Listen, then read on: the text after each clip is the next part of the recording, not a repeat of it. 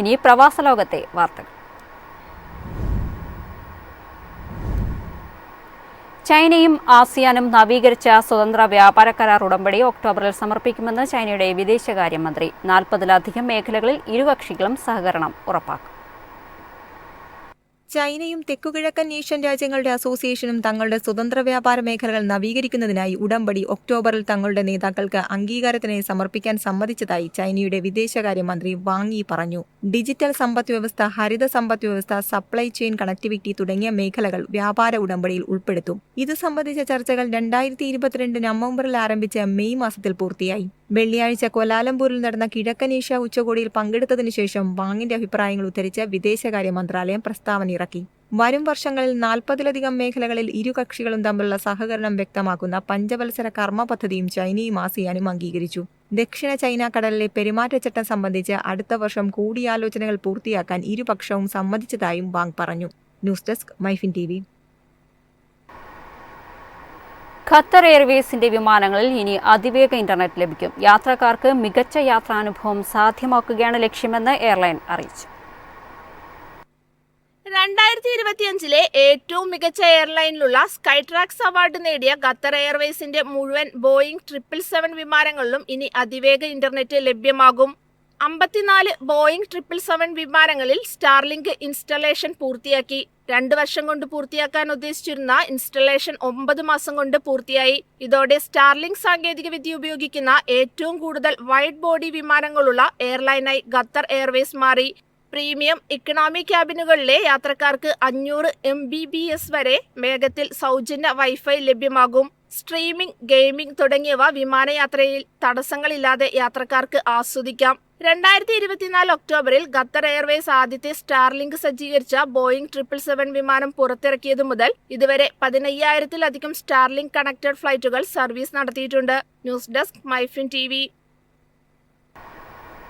നയതന്ത്രജ്ഞരും ജീവനക്കാരും ഉൾപ്പെടെ 1300 പേരെ അമേരിക്കൻ വിദേശകാര്യ വകുപ്പ് പിരിച്ചുവിടുന്നു. ചെലവ് ചുരുക്കലിന്റെ ഭാഗമായാണ് നടപടി.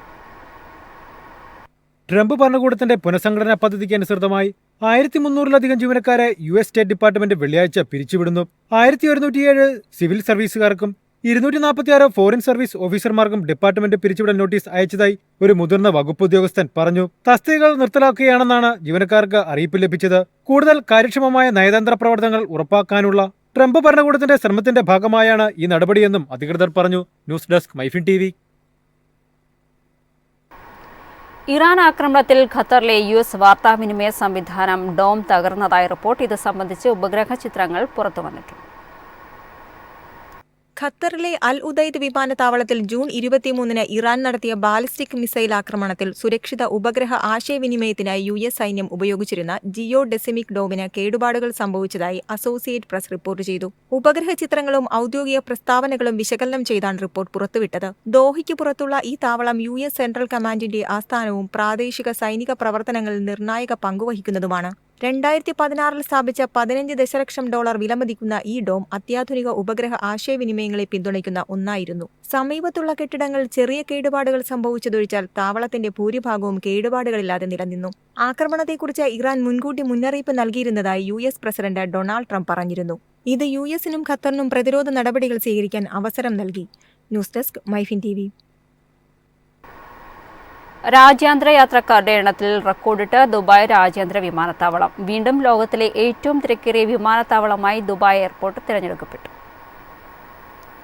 എയർപോർട്ട്സ് കൗൺസിൽ ഇന്റർനാഷണൽ പുറത്തിറക്കിയ ഏറ്റവും പുതിയ റിപ്പോർട്ടിലാണ് DXP തിരഞ്ഞെടുക്കപ്പെട്ടത്. ഇത് മുൻ വർഷത്തേക്കാൾ 6.1% വർധനവ് രേഖപ്പെടുത്തി. ലണ്ടൻ ഹീത്രൂ വിമാനത്താവളമാണ് യാത്രക്കാരുടെ എണ്ണത്തിൽ 2ാം സ്ഥാനം നേടിയത്. ദക്ഷിണ കൊറിയയിലെ ഇൻച്യോൺ 3ാം സ്ഥാനവും നേടി. കഴിഞ്ഞ വർഷം ആഗോള യാത്രാമേഖല പുതിയ റെക്കോർഡ് സ്ഥാപിച്ചു. 9.4 ബില്യൺ യാത്രക്കാരാണ് 2024 വ്യോമഗതാഗതം നടത്തിയത്. 2023-നെ അപേക്ഷിച്ച് 8.4% വർധനവാണ് രേഖപ്പെടുത്തിയത്. News desk MyFin TV.